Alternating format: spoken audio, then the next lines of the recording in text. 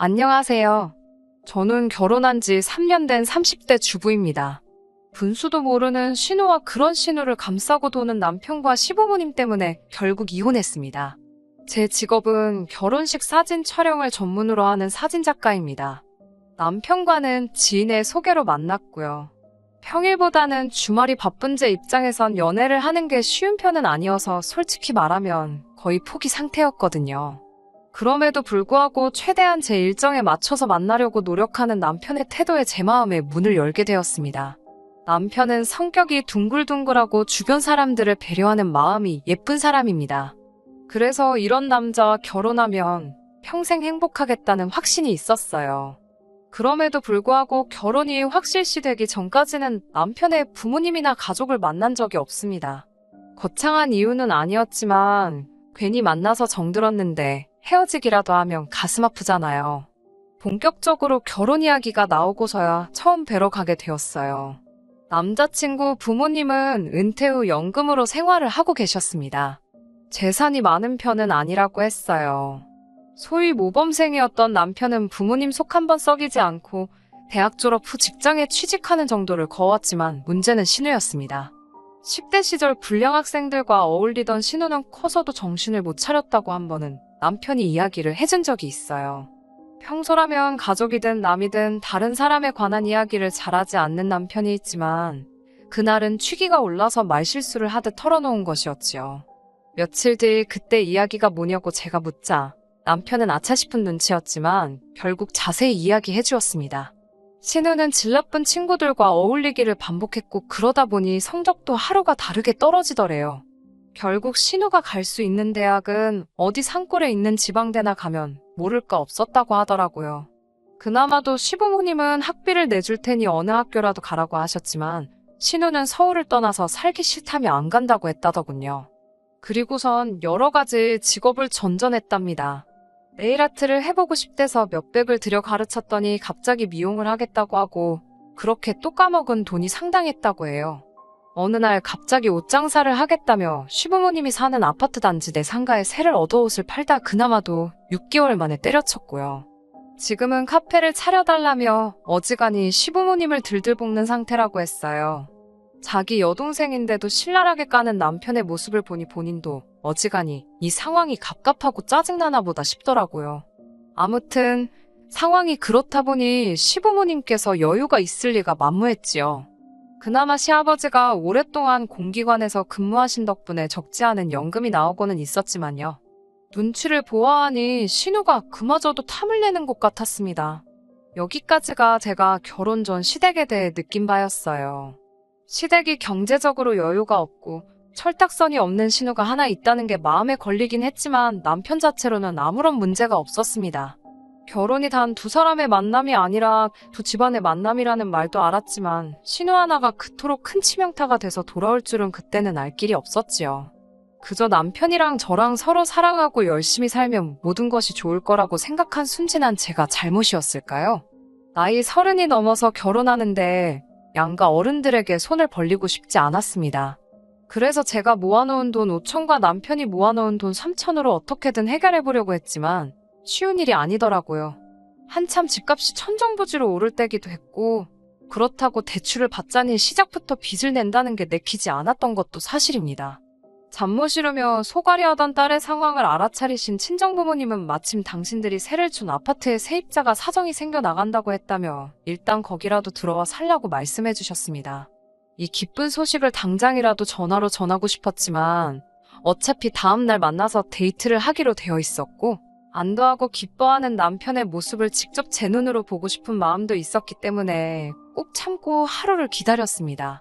당연히 예상했던 대로 남편은 미안하고 고맙다며 어쩔 줄 몰라 하며 기뻐했어요. 이제 정말 걱정할 건 하나도 없겠다라며 결혼 준비에 박차를 가했지요. 저는 남편에게 집을 친정부모님께서 해결해 주신 만큼 혼수는 남편이 했으면 좋겠다고 했습니다. 허례허식인 예단과 예물은 생략하자고도 했고요. 둘이 가진 게 없어서 저희 부모님께 도움을 받은 마당에 남들 하는 걸 다 챙기는 건 사치라고 생각했습니다. 저는 시댁에서도 당연히 이런 제 의견에 동의하실 거라 생각했고요. 하지만 사람 마음이 다 제 마음 같은 건 아니더군요. 이미 어느 정도 남편과 제 사이에서 이야기가 오간 상황이었기에 저는 상견례는 단순한 절차 정도로 여겼습니다. 결혼식 전에 양가가 모여 맛있게 식사 한 끼 같이 하는 자리 정도로 가볍게 여긴 제 잘못이었을까요? 시댁과 저희 집 중간에 위치한 한정식 집에 양가가 모였습니다. 처음 한동안은 분위기가 좋았어요. 그런데 혼수와 예단 문제가 나오면서 조금씩 삐그덕거리는 느낌이었습니다. 저희 친정 부모님이 먼저 혼수 이야기를 꺼내셨어요. 그러자 시부모님께서는 요즘에는 가전제품 딸린 집들도 많은데 기왕이면 그런 집을 해주시지 그러냐고 묻더라고요. 저는 제 귀를 의심했습니다. 시어머니의 예상치 못한 말씀에 저희 친정부모님도 당황하신 눈치였어요. 그 상황을 알고 그러시는 건지 모르고 그러시는 건지 시어머니는 계속해서 말씀을 이어가셨습니다. 그냥 그 오래된 아파트는 남한테 세를 주시고 그 전세금 받은 걸로 아이들 작은 오피스텔이나 하나 사주시면 어떠냐고요. 그러면 뭐 따로 가전제품 같은 거 안 사도 되고 좋지 않냐고요. 듣다 못한 친정어머니가 그럼 그 세입자 나갈 때는 아이들 오피스텔이라도 팔아서 전세금을 줘야 하냐고 웃으며 물으셨습니다. 그러자 시어머니는 애들 사는 집을 팔면 애들은 어디 가서 사냐고 되물으셨는데 듣고 있는 제가 다 어이가 없더라고요. 남편도 저랑 같은 생각이었는지 시어머니를 말리며 무슨 소리를 하시는 거냐고 그만하라고 한마디 하더라고요. 시어머니는 궁시렁거리시며 잘난 네가 다 알아서 하라고 남편에게 한마디 하셨고요. 제가 생각한 상견례하고는 분위기가 많이 달랐습니다. 시아버지는 원래도 말수가 많은 편은 아니시거든요.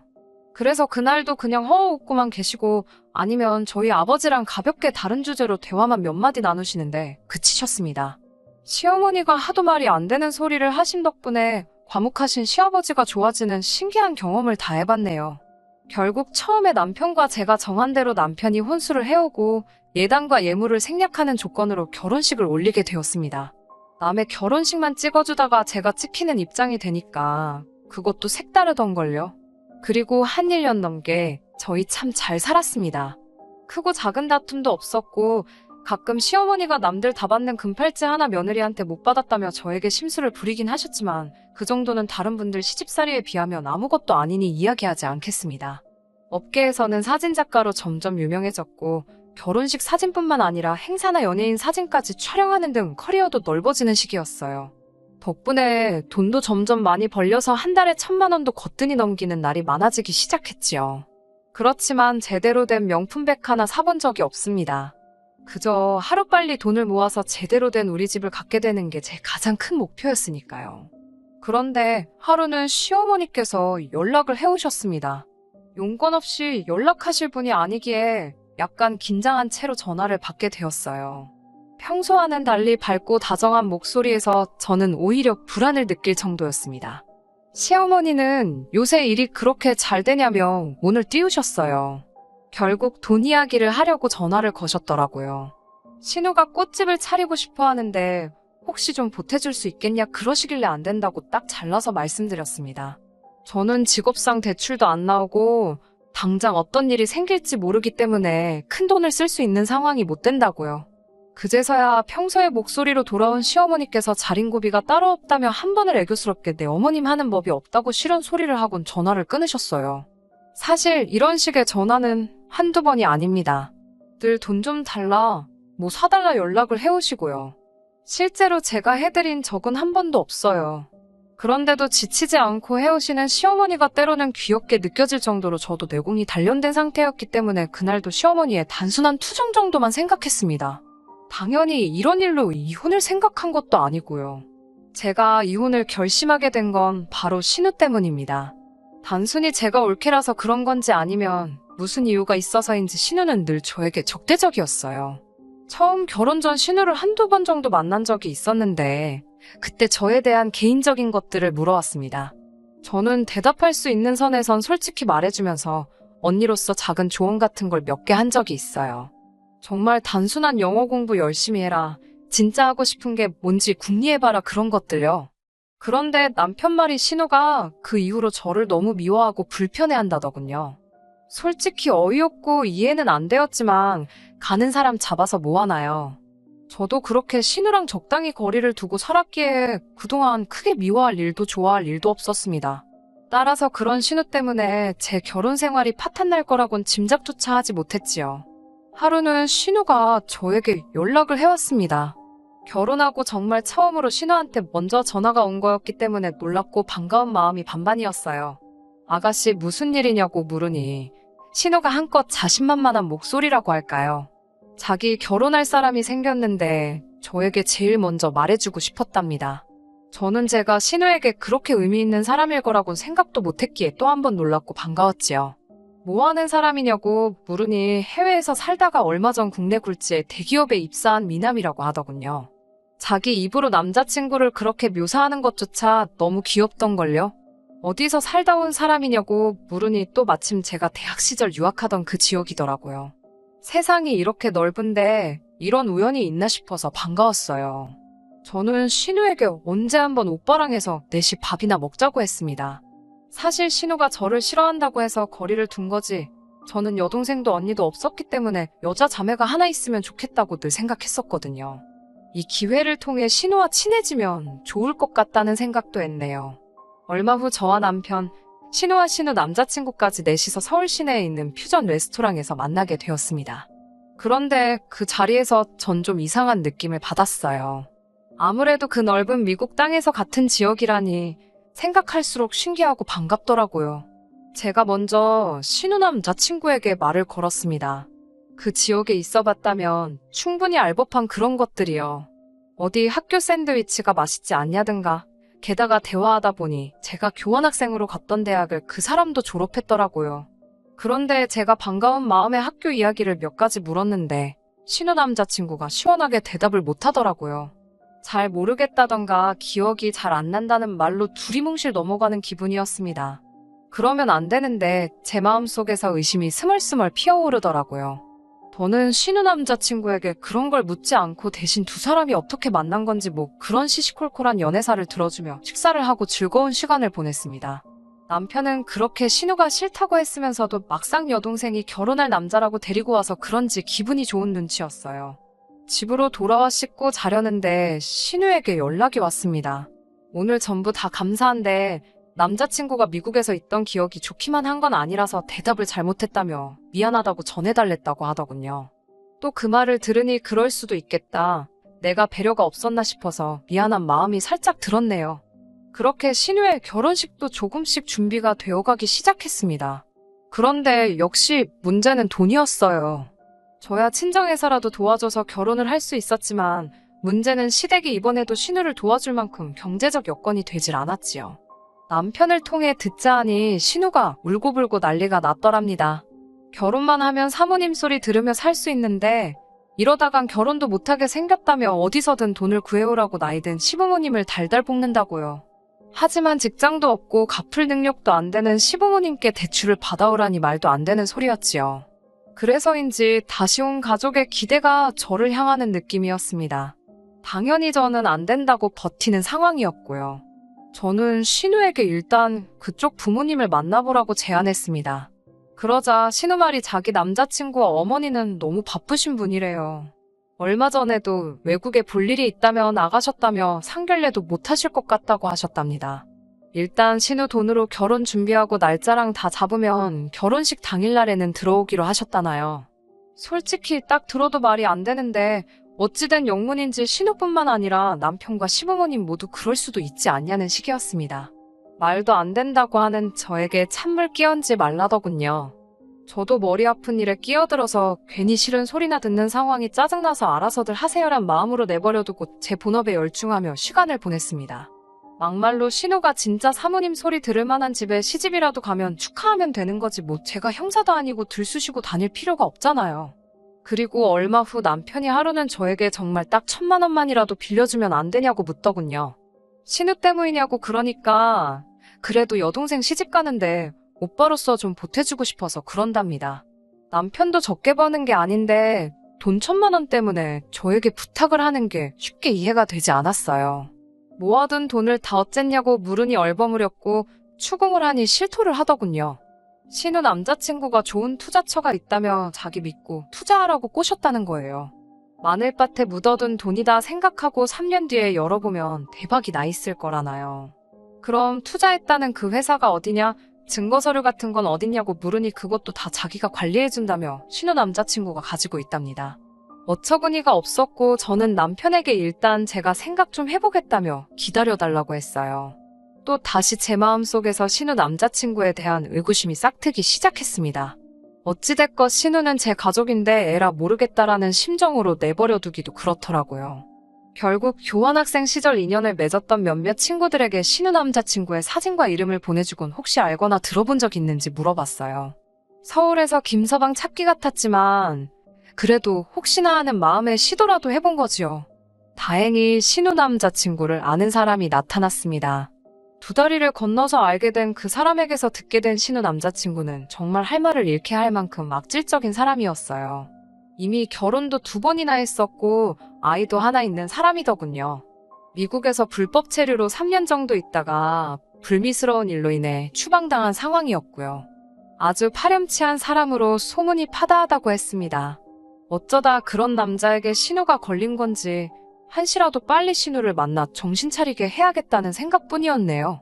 남편에게 부탁해 신우를 불러내 셋이서 카페에 모였습니다. 저는 제가 알아낸 사실을 신우와 남편에게 들려주었어요. 그런데 신우의 반응은 제 예상과는 너무 달랐습니다. 저더러 언니는 왜 무슨 자격으로 상대방 동의도 없이 뒷조사를 했냐면서 진짜 예전부터 잘난 척 해대는 거 정말 재수없었다는 거예요. 좋은 일 하려다가 뺨 맞는 기분이었습니다. 저는 신우에게 그동안 내가 혹시라도 선을 넘은 적이 있다면 미안하다. 하지만 나는 신우가 걱정이 돼서 그런 거라고 달랬습니다.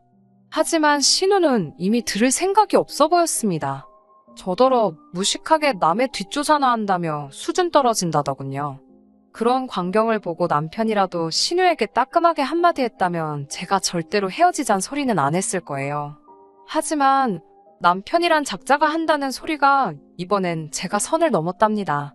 둘 다 성인인데 뭘 그렇게 감나라 배나라 하냐고요. 그러면서 저더러 한다는 소리가 잔소리하지 말고 자기가 일전에 말한 1,000만 원은 언제 해줄 거냐고 묻더군요. 순간 저도 욱해서 나한테 돈 맡겨놨냐고 물으니까 남편이 코웃음을 치더니 치사하답니다. 그러면서 자기 여동생 시집 가는데 돈 해주기 싫으니까 아예 결혼을 파토를 내려는 심산이냐고 묻더군요. 제가 날 어떻게 보고 그런 소리를 할 수 있냐고 하니까 그러면 그냥 빌려달라는 돈이나 빌려주고 축하나 해주래요. 남편의 후안무치 아나무인에 저는 깨닫고 말았습니다. 앞으로 이런 남자와 평생을 살기엔 제 인생이 너무 아깝다는 걸요. 며칠 뒤 신우에게서 연락이 와서는 날짜를 불러주며 그때까진 자기 계좌에 돈 꼭 넣으랍니다. 그래야 식장 예약도 하고 그런다고요. 결국 저는 남편에게 연락해 갈라서자고 했습니다. 남편은 오히려 저더러 후회하지 말라면서 좋다고 하더군요. 나중에 알게 된 일이지만 이것도 신우 남자친구가 남편을 달래려고 수익이 났다며 얼마 돈을 쥐어줬나 봐요. 아무튼 남편은 자기는 아무것도 필요 없다며 제가 원하면 헤어져 준다더군요.